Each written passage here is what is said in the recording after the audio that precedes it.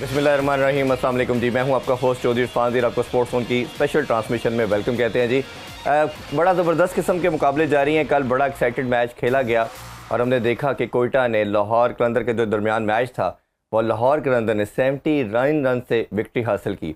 आज भी एक और मैच खेला जाएगा ज़ल्मी और इस्लामाबाद यूनाइटेड का रावलपिंडी स्टेडियम में, उस पर भी बात करेंगे। और उसके अलावा ये कोचिंग के हवाले से बात करेंगे, जो पिच का जो बिहेवियर है इस हवाले से भी आज बात करेंगे। क्या पहले बैटिंग करना सूटेबल है या चेस करना ज़्यादा बेनिफिशियल हो सकता है। सब पे बात करने के लिए जी हमारे जो पैनलिस्ट मौजूद है, one and only Umar Iqbal. अस्सलाम वालेकुम उमर भाई, thank you so much for joining. Thank you Umar भाई, कल के मैच की अगर बात करें तो ऑब्वियसली एक जो माइंडसेट बनता चला जा रहा है, हम देख रहे हैं 4 मैचेस में से 3 दफ़ा ऐसा हुआ कि जिस टीम ने पहले बैटिंग की वो जीती, लेकिन हर टीम जो टॉस जीत रही है वो चेस को प्रेफर करी। ये ज़रा बताइएगा, ये क्या रीज़न है? देखिए, ये हर जो टीम होती है उनको अपनी स्ट्रेंथ का पता होता है और स्पेशली जो कोचिंग स्टाफ होता है उसको पता होता है। लेकिन यहाँ पे मैं एक बात ज़रूर ऐड करूँगा कि जो प्लेयर्स होते हैं ना, उनको अपने आप का पता होता है कि यार विकेट जैसा मर्जी बिहेव करें, हमने इसको पॉजिटिव लेना है और हमने फ्रंट से लीड करना है। स्पेशली जो सीनियर प्लेयर्स होते हैं, अब जैसे कुछ भी है, लास्ट गेम की आपने बात कर रहे हैं, हम लोग कोयटा की तरफ से मैं भी खेला हूँ, तो मैंने भी अपनी तरफ से जो भी वो मेरे से पूछते थे कि भाई विकेट जाके बताओ, मोइन भाई पूछते थे, नदीम भाई पूछते थे क्या ज़रा विकेट देख के बताओ, वो कभी कभी पूछते थे, नो डाउट मोइन भाई, सरफराज या नदीम भाई वो खुद देखते थे विकेट, उसके बाद वो खुद ही डिसाइड कर लेते थे कि हमने पहले बॉलिंग करनी है कि बैटिंग करनी है। तो जब वो मुझे कहते थे कि यार ज़रा जाओ तुम देख के आओ, तुम्हारा एक्सपीरियंस चेक करें, तुमने भी अपनी डोमेस्टिक में हर जगह कप्तानी की भी है। तो मैं जब जाके देखता था तो मैं उन्हें कहता था कि हमने पहले बारी करनी है, तो वो कहते थे कि यार समझ नहीं आ रही तुम कैसे पहले बारी चाह रहे हो, हमारी बॉलिंग वीक है, हमारी बैटिंग स्ट्रांग है, तो अगर जितना भी होगा हम चेस कर लेंगे। तो मैंने कहा हम क्यों ना, हम अगर हमारी बैटिंग इतनी स्ट्रांग है तो हम एक बड़ा टोटल दूसरी टीम पे डालें और हमारे बॉलरों को एक क्लियर मैसेज चला जाएगा कि भाई अगर ये स्कोर है तो हमने इसको डिफेंड करना है हर सूरत। अगर कम टोटल भी होगा तब भी हमने डिफेंड करना है, अगर ज्यादा होगा तब भी हमने डिफेंड करना है। हाँ। तो ये ऑल अबाउट आप ये कह सकते हैं कि एक प्लान होता है कप्तान का। क्या उनकी बैटिंग ज्यादा स्ट्रांग है आपको लग रहा है, इस वजह से वो इस माइंडसेट के साथ जा रहे हैं? नहीं, बैटिंग तो खैर मैं समझता हूँ कि सिर्फ ऊपर वाले जो न्यूजीलैंड का बैट्समैन है ओपनर, उस पर वो ज्यादा रिलाई कर रहे हैं। फिन एलन की मैं बात कर रहा हूँ, उस पर ज्यादा रिलाई कर रहे हैं कि अगर उसने सर्कल अच्छे तरीके से यूटिलाइज कर लिया तो वो अच्छा टोटल कर सकते हैं। अदरवाइज लास्ट मैच में आपको भी पता है कैसे उनकी बैटिंग क्लैप्स हुई है, जैसे साउथ शकील आउट हुआ क्योंकि उसके राउंड अगर वो खेलता तो शायद अपने इर्द गिर्द सबको खिलाता रहता। आपके ख्याल में जस्टिफाइड है साउथ शकील का? हमने पहले मैच के बाद भी बात की थी कि आप 140 के स्ट्राइक रेट के साथ खेल रहे हैं। दुनिया की क्रिकेट अब जो है वो 200 प्लस पे जा रही है और हम कंपैरिजन करते चले जा रहे हैं गोरों का और अपने प्लेयर्स का कि वो हर प्लेयर उनका, कोई 1-2 की बात नहीं हम कर रहे, को 7-8 प्लेयर हम बता चुके हैं कि सब 250 225 के राउंड खेल रहे हैं। हमारा हर प्लेयर 150 160 के दरमियान क्रिकेट खेल रहा है। तो ये अगर साउथ शकील आगे स्ट्राइक रेट के साथ खेलेगा, जैसे बाबर रिजवान की हमने कल बात की, तो ये आपके ख्याल में प्रॉब्लम में आ सकती है कोयटा? जाहिर सी बात है प्रॉब्लम में तो आ ही सकती है, क्योंकि अगर वो नया बॉल खेल रहा है, अगर वो सर्कल के 6 ओवर ज़ाया कर रहा है या सर्कल वो अच्छे तरीके से नहीं यूटिलाइज कर रहा है, एक एंड से यूटिलाइज हो रहा है, दूसरे एंड से नहीं हो रहा, तो ऑटोमेटिकली क्रोएटा तो प्रॉब्लम में आएगी। अगर कोई न्यूजीलैंड में एक बंदा ओपन करता हुआ आ रहा है, अगर आप उसको ओपन करवा दो, खुद नीचे आ जाओ, जैसे मैंने पहले मैच में बात की, हसन नवाज का भी हमने जिक्र किया, मैंने वही बता रहा हूँ ना कि जैसे मैंने पहले बात की कि जैसे शायद भाई हमारी टीम के कप्तान होते थे T20 में, वो क्या करते थे कि सर्कल अगर अच्छे तरीके से यूटिलाइज हो गया है तो वो मुझे भेज देते थे जैसे ही सर्कल खत्म होता था कि भाई अब तुमने इस मोमेंटम को कंटिन्यू करना है, या शायद भाई खुद चले जाते थे। तो ये डिपेंड करता है कप्तान पे कि वो अपनी फ्रेंचाइज को कैसे लेके चलता है, और कोचिस पे डिपेंड करता है। जैसे वहां पे सर वीवर रिचर्ड हैं, उनको भी चाहिए कि वो जैसे अपना आउटपुट देते हैं कोचिस को या सबको, उनकी बात की एक वैल्यू होती है और रिस्पेक्ट करते हैं सारे उनकी बात की। तो ये उनको मैसेज कन्वे करना चाहिए कि भाई अगर ये दोनों ओपनर जाएंगे, अच्छे तरीके से सर्कल यूटिलाइज होगा, तो जरूरी नहीं है कि अगर आपकी बात में ना एक इम्पोर्टेंट बात मेरे माइंड में आई है, जो आपने बात की ना प्लेयर को ऊपर भेजना या उस नंबर पे आना, आपकी हमेशा वो वीडियो माइंड में आती है जब भारत में वर्ल्ड कप हो रहा था और खान साहब मिलने आए टीम से, और आपने उस टाइम लगा तो ऐसे ही कंप्लेंट की अपने कप्तान का या कोच की कि जी मुझे ऊपर वाले नंबरों पे नहीं खिलाते, और खान साहब ने जिस तरह आपको खड़ा करके बुलाया कप्तान को और कोच को कि उमर को ऊपर वाले नंबर पे क्यों नहीं भेजते, ज़रा अगर वो किस्सा भी आप शेयर करना चाहें हमारे साथ? नहीं, ऑलरेडी वो मेरा ख्याल है इमरान भाई ने इंडिया के चैनल पे ही बैठ के वो सारी चीज़ें क्लियर कर दी थी। लेकिन वो मुझे शुरू से ही पसंद करते थे। वो मुझे सिर्फ यही कहते थे कि तुम नंबर 5 नंबर 6 के बैट्समैन नहीं हो, अगर तुम मेरी कप्तानी में होते तो मैं तुम्हें ऊपर खिलाता। तो मैंने कहा जी अगर मुझे एक रोल यहाँ पे दिया गया है, शाहिद भाई ने, यूनुस भाई ने मुझे एक रोल दिया है, अल्हम्दुलिल्लाह मैं उस पर पूरा उतर रहा हूँ। तो मुझे सिर्फ ये चीज़ बता दें कि मैंने T20 में मेरा पहला इवेंट है जी, मेरा पहला इवेंट है। तो आपको पता है कि मैं लीग तो यहाँ पे खेल के गया हूँ, लाहौर की तरफ से लीग खेल के गया हूँ। उस वक्त इतना क्राउड नहीं था, लेकिन हमारा ओपनिंग मैच है, जैम पैक स्टेडियम है, तो इतना प्रेशर होगा, मैंने इस प्रेशर को कैसे डील करना है। मैंने कहा नो डाउट मुझे थोड़ा सा एक्सपीरियंस है, लेकिन इंडिया में इतना बड़ा इवेंट मेरा पहला है, जरा मुझे थोड़ा सा ये बता दें। तो उन्होंने जब मेरे से ये पूछा कि तुम कौन से नंबर पे जा रहे हो, तो मैंने कहा जी मैं नीचे ही खेल रहा हूँ, मुझे एक रोल दिया गया है, पिछले 2-3 साल से उन्होंने दिया हुआ, मैं उसको पूरा कर रहा हूँ, लेकिन आपका एक्सपीरियंस ज्यादा है, मुझे बताएं। तो उन्होंने बोला कि यार नहीं, आपको ऊपर वाले नंबरों पे खेलना चाहिए। तो मैंने कहा जी ये उनकी मर्जी, उन्होंने जो कहा है मैं उस पे उसको पूरा करने की कोशिश कर रहा हूँ। अब जिस तरह उन्होंने कप्तान को और कोच को बुलाया तो शायद ऐसे लगा कि नहीं, कप्तान को तो शायद इतना नहीं बुलाया, और कोच को जब बुलाया उन्होंने, वकार यूनुस साहब को, जब वो टूर्नामेंट थोड़ा सा 19-20 हुआ है, तो माशाल्लाह वकार यूनुस साहब, आपको पता है मैं एज ए प्लेयर तो उनकी बहुत ज़्यादा रिस्पेक्ट करता हूँ, एज ए कोच भी करता हूँ, एज ए ह्यूमन बीइंग भी करता हूँ, लेकिन कोच आप कह सकते हैं कि वो उस तरह के वो कोच नहीं बने। अगर वो इस तरह के कोच होते तो जब भी वो आए हैं पाकिस्तान टीम में, तो पाकिस्तान की टीम नीचे आई है, ऊपर नहीं गई। अच्छा, ये उमर पर ये बड़ा एक स्ट्रेंज भी बात और ऐसे दिखता भी है, काफ़ी प्लेयर का उनके साथ कंसर्न रहा, रिजर्वेशन रहा। आपकी बात ही अहमद शहजाद की बात कर लेते हैं, शाहिद भाई की बात कर लें, अब्दुल रज़ाक की बात कर यूनुस भाई की बात कर लें। ये जो 6-7 प्लेयर हैं, ये वकार भाई 5 दफ़ा कोचिंग के रोल में आए हैं, 3 दफ़ा एज ए हेड कोच, 2 दफ़ा बॉलिंग कोच। ये क्या ऐसी चीज़ होती है? आमिर और वहाब ने भी रिज़ाइन कर दिया इनकी और मिसबा की वजह से। तो ये क्या ऐसा ड्रेसिंग रूम में होता है या प्लेयर के साथ होता है कि वो प्लेयर इतने नाराज़ हो जाते हैं कि वो कोई रिटायरमेंट ले रहा है और बाद में बात कर रहा है? देखें, ये जितना मर्जी बड़ा प्लेयर हो ना, आप अब जैसे मैं हूं, मैं यहाँ पे बैठ के किसी और का नाम क्यों नहीं ले रहा? क्योंकि वो प्लेयरों से काम लेना जानते हैं। ये प्लेयर के साथ वो कहते हैं ना, वो बच्चों वाली जिद डाल लेते हैं।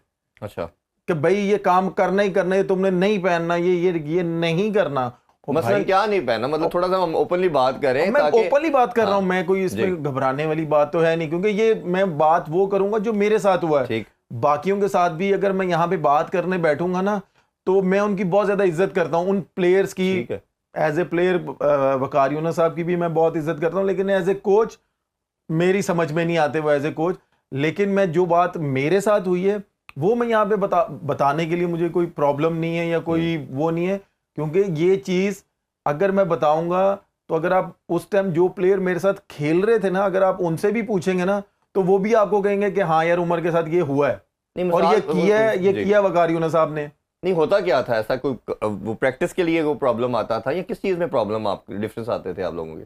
देखिए इरफान भाई, अगर हम क्रिकेटर हैं, हमें अगर कोई चीज़ पहनने के लिए देती है कंपनी, कोई ग्लासेस देती है, शूज़ देती है, अब जाहिर सी बात है, अगर मैं सारी ज़िंदगी मैंने प्यूमा पहना है, अगर प्यूमा मेरा स्पॉन्सर है, सईद भाई का स्पॉन्सर था, मैं और सईद भाई उसके ब्रांड एम्बेसडर थे, अगर वो पहनने के पैसे देता है, दुनिया में जो भी स्पोर्ट्स है, अगर वो कोई उसका पहनते हैं, शूज़ पहनते हैं, शर्ट पहनते हैं, उसकी शॉपिंग फ्री हो जाती है, उसको पैसे मिलते हैं पहनने के, तो इसमें कोई बुरी बात तो नहीं है। हमने इस मुकाम पे आने के लिए हमने कितना हार्डवर्क किया। अगर मैं अभी भी मैं ऑन कैमरा कहता हूं कि वो ब्रांड इतना महंगा है, अगर मैं मार्केट में लेने के लिए जाऊं तो मैं एक दफा सोचूंगा कि यार मैं नहीं ले सकता।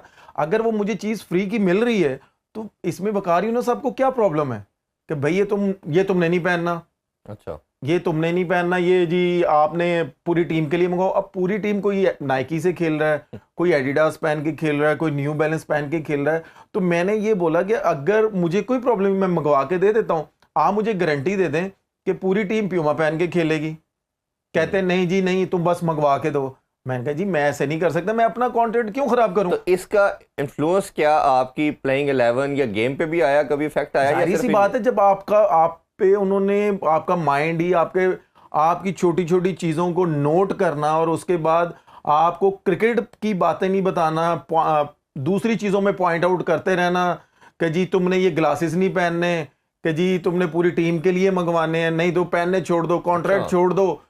मैं परेशान होता था कि यार मैं क्या बात करूं इनसे। तो क्या सिर्फ आपके साथ ही ऐसा वो करते थे या उसके अलावा भी कोई देखिए player थे? मेरे साथ वो करते थे, बाकियों के साथ करते थे कि नहीं, कुछ लोगों के साथ किया है, मैं यहाँ पे नाम नहीं लूंगा, लेकिन मैं पहले उनसे बात करूंगा, उसके बाद इंशाल्लाह आगे बड़े दिन है मैं उनका भी नाम लूंगा जिनके साथ उन्होंने किया है। मैं ये नहीं कह रहा कि नहीं किया, लेकिन क्या है कि जब तक हेड कोच ये नहीं समझ सकता ना कि भाई प्लेयर को फ्री हैंड देना चाहिए, प्लेयर को उसकी सिर्फ परफॉर्मेंस पे रहना चाहिए, वो जो कर रहा है वो डिसिप्लिन में रह के कर रहा है। अगर मैं हेडफोन लगाया हुए, अगर मैंने ग्रीन जिंक लगाई हुई है होंठों पे, तो इसमें भी प्रॉब्लम है। अगर वो मैं जिंक भी लगाता था होंठों पे तो मुझे उसको भी पैसे मिलते थे, तो ये कहते थे कि भाई तुम क्यों लगा रहे हो। और आजकल आपको पता है हर प्लेयर वो वाइट लगा रहा है, सिर्फ कलर चेंज था कि भाई तुम पाकिस्तान को वो भी रिप्रेजेंट कर रहे थे तो भी और अच्छा वो लगता कहते थे कि ये लगाना ही नहीं है, तुमने ये काम करना ही नहीं है, तुमने ये जीन्स पहननी ही नहीं है, तुमने ये गाड़ी रखनी नहीं है। मैं उन्हें कहता था कि विकी भाई अल्लाह का वास्ता है मेरी क्रिकेट की तरफ देखें। क्रिकेट अगर आप अच्छी खेल रहे हैं मेरी पर्सनल लाइफ को क्यों आप हिट कर रहे हैं। अगर आपने जो माशाल्लाह 90s के प्लेयर है ना, I am really sorry to say, मैं सबकी बहुत ज्यादा इज्जत करता हूं, मुझे इनकी वजह से ना ये 90s के प्लेयर कहना पड़ रहे हैं कि ये जो 90s के प्लेयरों ने अपने टाइम पे जो माशाल्लाह गुल खिलाए ना, हम इनके आगे कुछ भी नहीं है इरफान भाई। अगर उस टाइम ये सोशल मीडिया या मीडिया होता ना, तो मेरा ख्याल है कि आज ये जो लेजेंड बने हुए ना, तो शायद ये लेजेंड भी ना होते। तो उमर भाई इधर काउंटर आर्गुमेंट ये आता कि आपका फिर ओब्वियसली एक मसला मिकी आर्थर के साथ भी सामने आया, तो फिर ये आता है कि शायद उमर अकमल का शायद कोई बिहेवियर का इशू था। उमर जो वो मसला था वो क्या था, अगर वो भी आप एक्सप्लेन करना चाहे कि मिकी आर्थर के साथ क्या प्रॉब्लम हुआ? देखिए मैं 2017 की चैंपियंस ट्रॉफी से वापस आया, ऐसे ही ठीक है।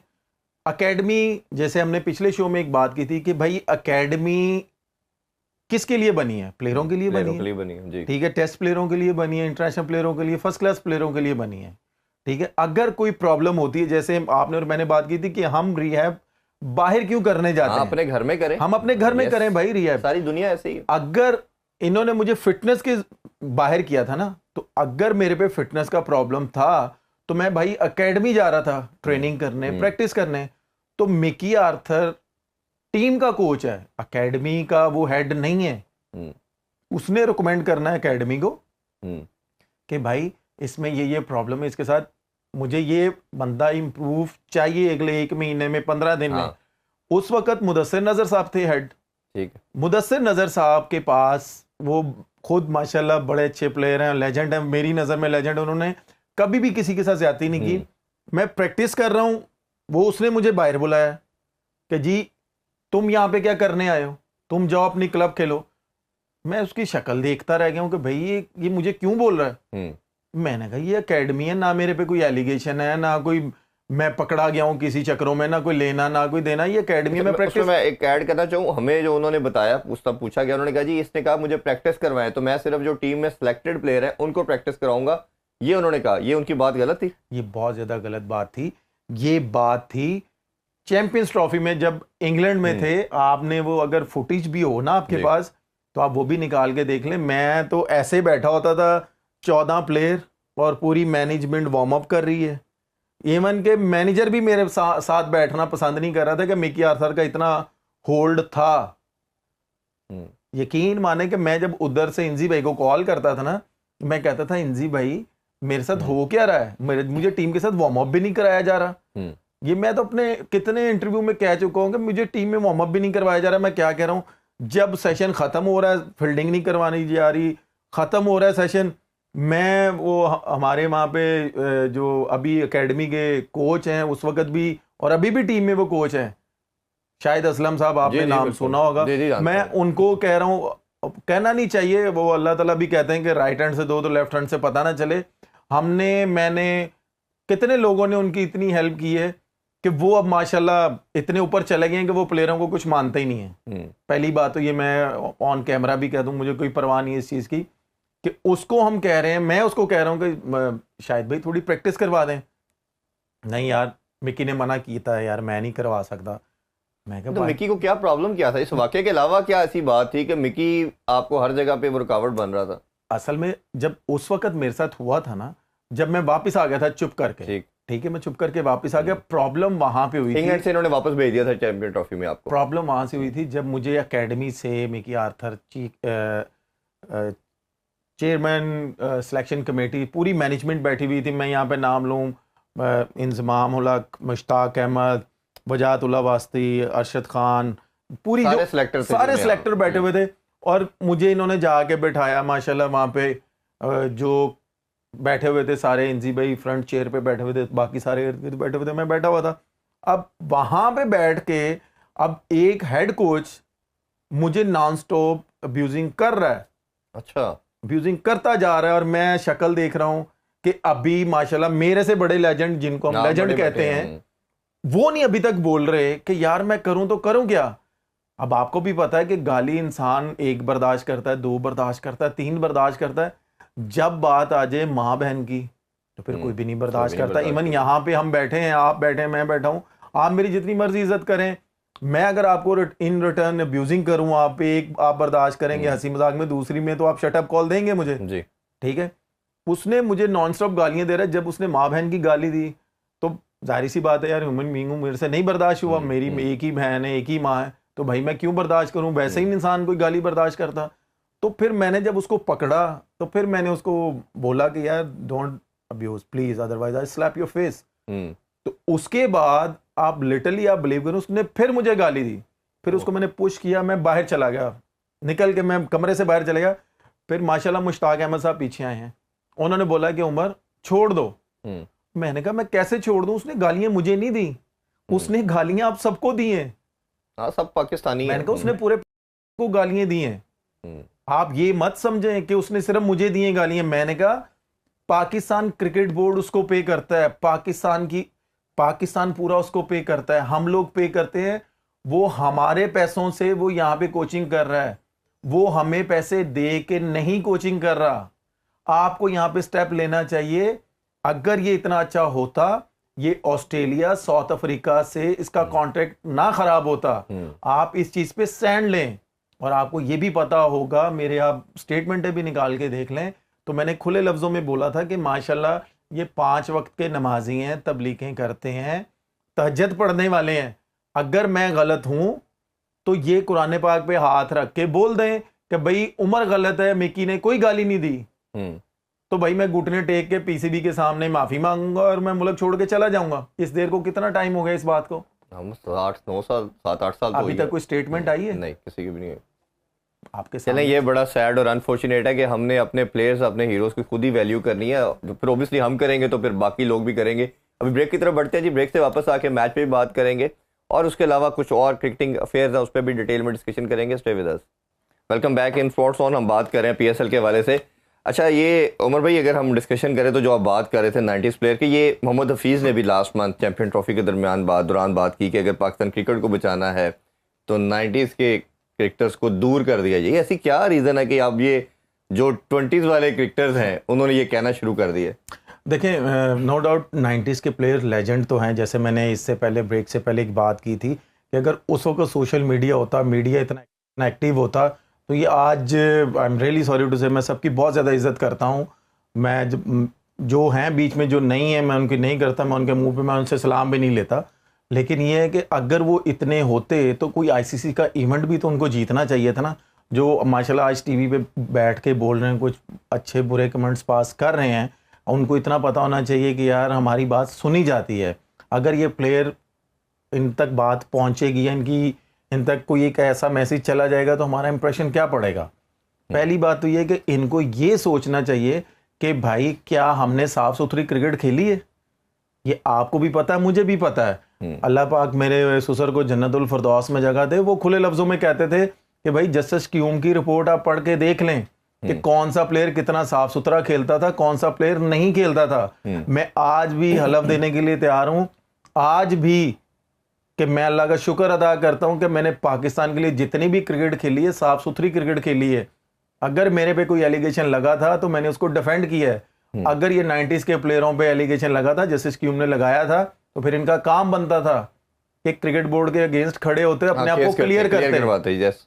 वो अभी तक उसी तरह पेंडिंग है, अभी तक उसी तरह पेंडिंग है। और लेकिन वो क्या कह सकते हैं, रात गई बात गई।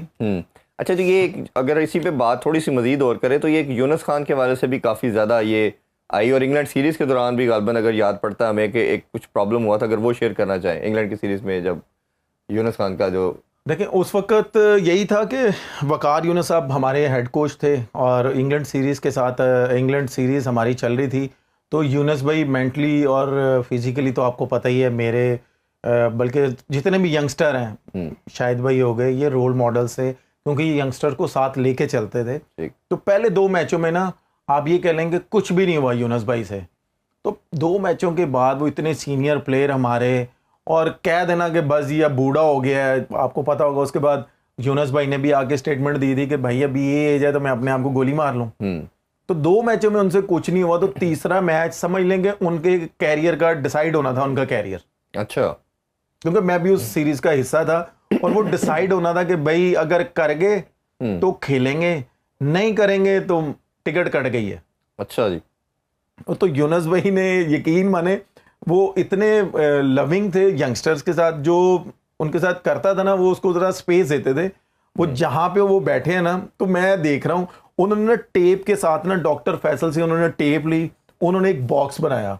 अच्छा, उन्होंने बोला कि भाई मैंने इसके अंदर नहीं कोई आएगा, किसी की चीज अंदर नहीं आएगी, ना मेरी चीज बाहर जाएगी। ठीक। यकीन माने कि यूनुस भाई ने तीसरे मैच में स्कोर किया है और वहां से हमारे हेड कोच साहब चलते हुए आ रहे हैं कहने के लिए कि भाई वेल प्लेड।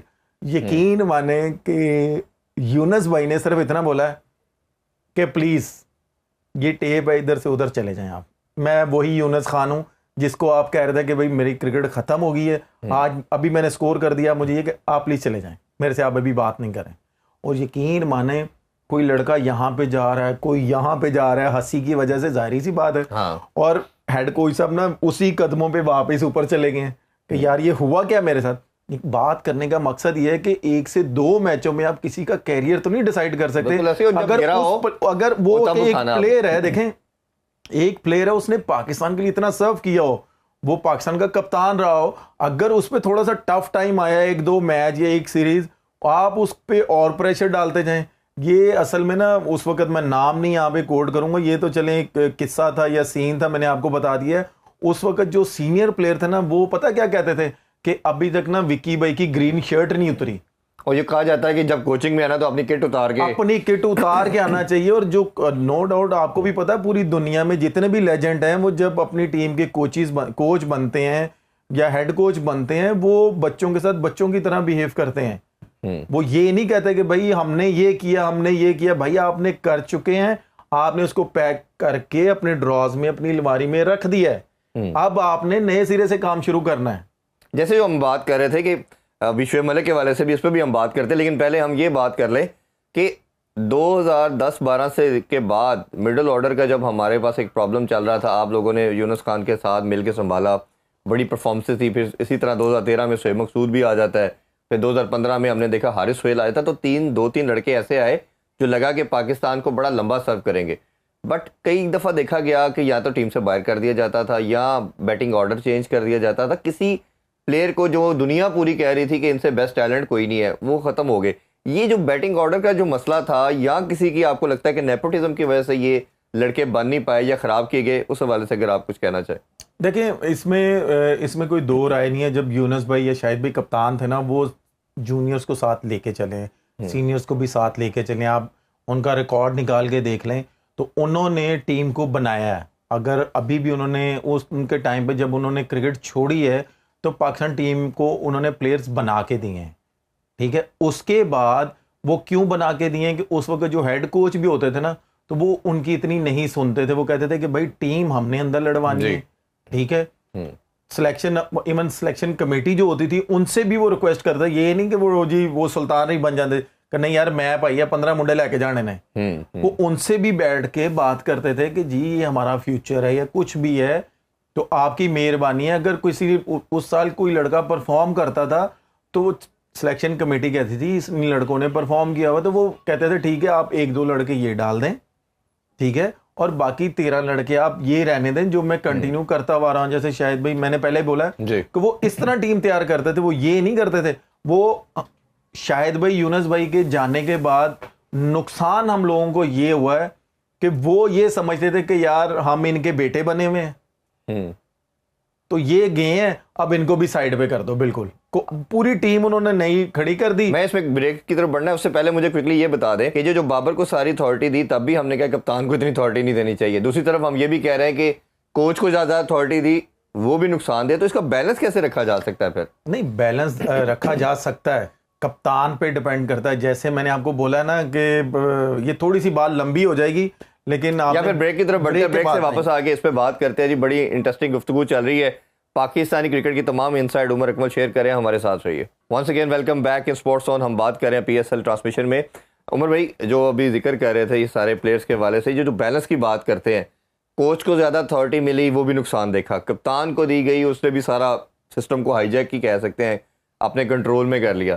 कि जो प्लेयर्स के लिहाज से इसको बैलेंस को कैसे मेंटेन रखा जाए, और कौन से ऐसे लोग आपने देखे सिस्टम में ऐसे ऑनेस्ट तरीके से आए जिन्होंने सारा इसको लेके चले? देखिए, मैंने अपने पूरे कैरियर में जो ऑनेस्ट आए हैं, जिनके अंडर मैं खेला हूँ, वो क्यों मैं बार बार कहता हूँ, शायद कुछ लोगों को इससे चिढ़ भी हो जाए कि यार ये हर वक्त शाहिद अफरीदी, यूनुस खान का नाम लेता रहता है।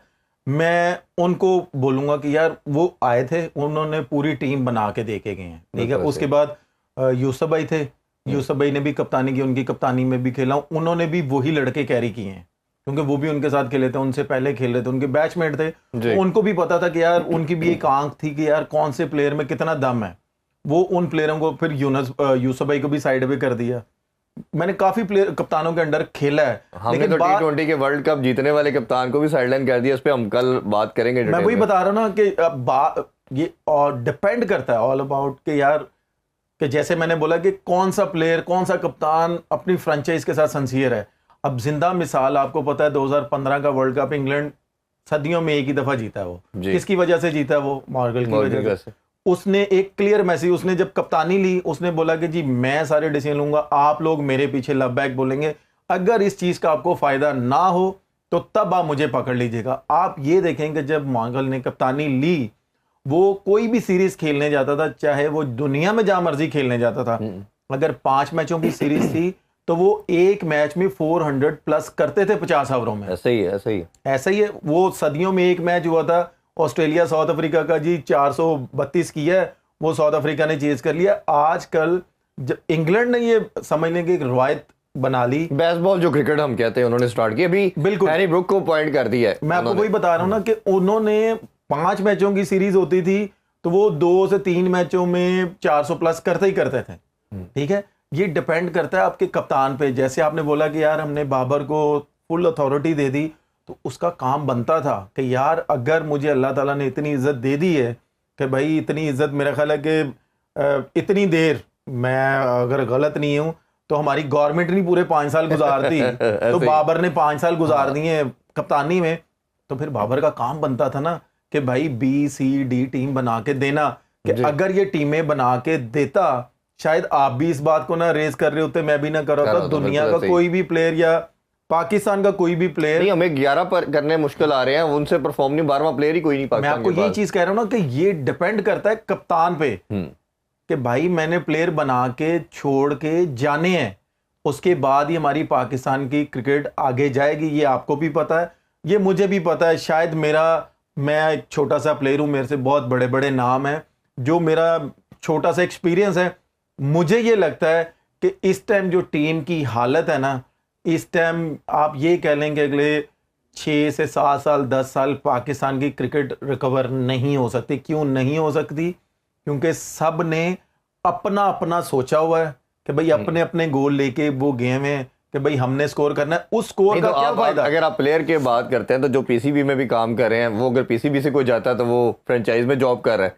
आप ये देख रहे हैं, अगर आप अभी जो डगआउट देखते हैं तो उमर भाई ये प्लेयर का भी तो आ गया ना, आएगा बात के सारे रूल एंड रेगुलेशन हमारे लिए हैं, 2 NOC मिलनी है लीग खेलने के लिए, तो जो जॉब कर रहे हैं बाकी जो आपके स्टेक होल्डर हैं, जो बड़ी सीटों पे PCB में बैठे हैं, वो अकेडमी से निकलता है तो किसी फ्रेंचाइज में बैठ जाता है, बोर्ड में जॉब कर रहा है, उधर से जॉब खत्म होती है तो किसी वो फ्रेंचाइज के साथ उनके डायरेक्टर के तौर पे आ गए। तो ये इधर भी तो लाइन हमने ड्रॉ करनी है कहीं ना कहीं। देखिए, पहली बात तो ये है कि मैं खुद बड़े इंटरव्यू सुनता रहा हूँ, पहले मैं इतने नहीं सुनता था, जब से ज़रा क्रिकेट नहीं खिला रहे मुझे, मैं लीगें खेल रहा हूँ, लीगों में जाके कुछ हमारे जो लेजेंड है पुराने, जिनको मैं समझता हूँ, उनके मैं इंटरव्यू सुनता हूँ, पहली बात तो ये है कि जैसे मैंने पहले बोला है कि जस्टिस क्यूम की जो रिपोर्ट है उसमें उन्होंने साफ बोला हुआ है कि जिन प्लेयरों ने क्या क्या काम किया है। उसके बाद आई गेस आमिर भाई ने बोला है कि भाई इन प्लेयरों ने ये काम किया है। अगर उन प्लेयरों ने ये काम किया है तो वो पीसीबी में जॉब किस बेस पे कर रहे हैं? मुझे पहले तो इस चीज़ की क्लियर मुझे कर दें कि भाई ये इस बेस पे ये कर रहे हैं।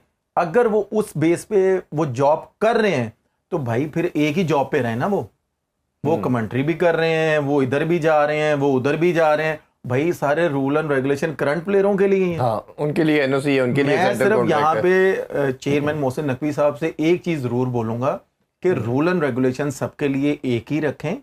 अगर ये मेंटोर्स हैं या कोई भी अली बेत है उनको फिर मेंटोर ही रखें। अगर वो उन्होंने फ्रेंचाइजों में जाके खेलना है या कमेंट्री करनी है फिर उन्हें बोलेंगे भाई आप काउंटर आर्गुमेंट पता क्या आता है? जब आप बोर्ड में काम कर रहे हैं तो आपकी कहीं ना कहीं ड्यूरिंग जॉब आपकी टेंडेंसी सॉफ्ट कॉर्नर उस फ्रेंचाइज के साथ होगा। आप अपना फ्यूचर सिक्योर कर रहे हैं। जैसे ही आपको पता लगा कि पीसीबी की रजीम चेंज होगी या जॉब जाएगी, जो कि अभी रिसेंटली हमें नज़र आ रहा है 2-3 साल के अंदर, तो आप फ़ौरन से छलांग लगा के जो आपका बैकअप जगह थी आप उधर जाके जॉब करना शुरू कर देते हैं। ड्यूरिंग जॉब भी कर रहे हैं कुछ लोग और कुछ ये नहीं। हो क्यों रहा है? मैं यही तो पूछना चाह रहा हूं आपसे, ये हो क्यों रहा है? पहली बात तो मैंने जैसे पहले बोला कि जस्टिस क्यूम साहब की रिपोर्ट देखें, उसकी बेस पे मैं ये नहीं कह रहा कि सारे बंदे इन्वॉल्व हैं। जो बंदे इन्वॉल्व हैं वो पीसीबी में क्या कर रहे हैं, उनकी इन्वेस्टिगेशन होनी चाहिए या इनको क्लियर करना उनका चाहिए। केस रीओपन करें ना, उनका केस रीओपन करें, पूरी दुनिया को बताएं। जैसे आज जिस तरह मैं इसमें सॉरी ऐड करना चाहूंगा, जिस तरह आपने केस करके अपने आप को क्लियर कराया, ये प्लेयर की भी रिस्पॉन्सिबिलिटी है कि वो क्लियर करवाए। देखें प्लेयर की रिस्पॉन्सिबिलिटी है क्योंकि मेरी फैमिली का नाम है। मैं कभी भी अपनी फैमिली का नाम खराब नहीं होने दूंगा क्योंकि मेरी फैमिली ने इज्जत बहुत मुश्किल से कमाई है। ठीक है, हमने हार्ड वर्क किया हुआ है। बात सिंपल सी है कि अगर ये नहीं करना चाह रहे, आजकल छोटी छोटी बातों पे पीसीबी पकड़ रहा है, तो पीसीबी का काम बनता है ना, या लोगों को भी पता चले ना कि भाई हमारे ये माशाल्लाह लेजेंड हैं, इनको भी तो जरा सामने लेके आए ना कि ये टीवी पे बैठ के इतना कुछ बोलते हैं, सारे काम बोलते हैं। मैं कह रहा हूं कि इनका पीसीबी में क्या काम है? अगर मेंटोर एंड टूर्नामेंट खत्म हो गया तो ये क्या इन्होंने एसी के सामने बैठना है? भाई बॉलरों को फाइंड आउट करो। हर प्लेयर भी मैं बॉलरों को फाइंड आउट करो। एकेडमी में आप बैठे हुए हो, बॉलरों को भाई प्रैक्टिस करवाओ, बॉलरों को बताओ कि भाई क्या क्या करना है आपने सिर्फ टूर्नामेंट होना है तो सिर्फ कोचिंग जाके करनी है कि ड्यूरिंग टूर्नामेंट ही आपने सिखाना है, उसके बाद नहीं सिखाना? जैसे हमारे इसमें बड़ा अनफॉर्चुनेट पार्ट ये है कि जितने भी जैसे इंडिया की हम मिसाल लेते हैं कि ड्रेवर्ड आता है वो निचले लेवल पे काम कर रहा है, ऑस्ट्रेलियन भी निचले लेवल पे काम कर रहे हो। मैं हमेशा कहता हूँ कोचिंग तो है ही 15-16 साल तक या 18 साल तक, उसके बाद तो मेंटोरिंग है या मैन मैनेजमेंट है। आपने अब 30 साल के बंदे को, बाबर को, रिजवान को आप क्या सिखाएंगे? आप ये देखें ना, मैं इसमें एक चीज जरूर ऐड करना चाहूंगा कि आप ये देखें कि पाकिस्तान टीम एक लास्ट स्टेज होती है, इधर आपको सिखाने की जरूरत नहीं है, इधर सिर्फ जीत। यहाँ पे आप जीत भी एक साइड पे कर देंगे, यहाँ पे आपने सिर्फ प्लेयर को, उसका प्लेयर का जो मेंटल लेवल है ना वो आपने सीधा रखना है। वो किस कैटेगरी का बंदा है आपने उसको उस कैटेगरी में रह के उससे परफॉर्म निकलवाना है। आपने उससे मैच नहीं डालना। उसने ऑलरेडी सारी जिंदगी नीचे गुजार आया भाई, वो अच्छी बुरी, अच्छे लोगों में बैठना, बुरे लोगों में बैठना, वो गुजार आया। अब वो उसकी लास्ट स्टेज है। आपने सिर्फ उसका मेंटल, उसको मेंटली अप्रोच उसकी सीधी करनी है, उससे वो काम लेना है। अगर वो हंसी मजाक करता है, ग्राउंड में सीधा रहता है, तो भाई आपने बाहर उसके साथ हंसी मजाक करना है। नहीं, जैसे उसको परफॉर्म आपने निकलवाना है। जैसे शाहिद भाई अब जैसे शाहिद भाई हैं, मैं अब अगला यही आने लगा था कि शाहिद भाई से भी बड़े सवाल हुए कि भाई अगर आपको टीम की कोचिंग मिले तो आप क्या करेंगे? उन्होंने बोला कि मुझे टीम की जरूरत नहीं है, ये जितने भी हमारे बड़े प्लेयर हैं इनको टीम की जरूरत नहीं है, इनको अंडर 19 में या इनको एकेडमी में लगाएं, ये नीचे से प्लेयर पकड़ के लाएं और नीचे से जो रिकमेंड करके पाकिस्तान टीम को दें, तब उससे काम लें। अब आप मुझे बताएं मेंटोर्स को कितना टाइम हो गया, कौन सा प्लेयर ऐसा आया मुझे बताएं? मैं तो यही कह रहा हूं कि अगर कोई हर मेंटोर जब लेजेंड एक एक प्लेयर भी दे देता तो आपके पास 20 तो अभी खड़े हुए थे, 30 बच्चे। और लास्टली ये कि जो उमर अकमल है, मोहम्मद आमिर है, इसी तरह आसिफ था, या हम बात करें शुएब अख्तर और शाहिद अफरीदी की, जो भी बड़ा परफॉर्मर होता है उसके थोड़े नाज नखरे भी होते हैं। कप्तान का काम या कोच का काम है कि उससे काम निकलवाए, रादर दैन कि उससे पेचा डाल ले। ये एक बड़ी लंबी डिस्कशन है, इस पर हम इंशाल्लाह आगे भी बात करते रहेंगे। और आज जो मैच खेला जाएगा इस्लामाबाद यूनाइटेड और पेशावर ज़ल्मी का, इस पर भी कल जो आउटकम आता है उसके हवाले से डिस्कशन करेंगे जी। अपना बहुत सा ख्याल रखें। अल्लाह हाफिज़। पाकिस्तान जिंदाबाद।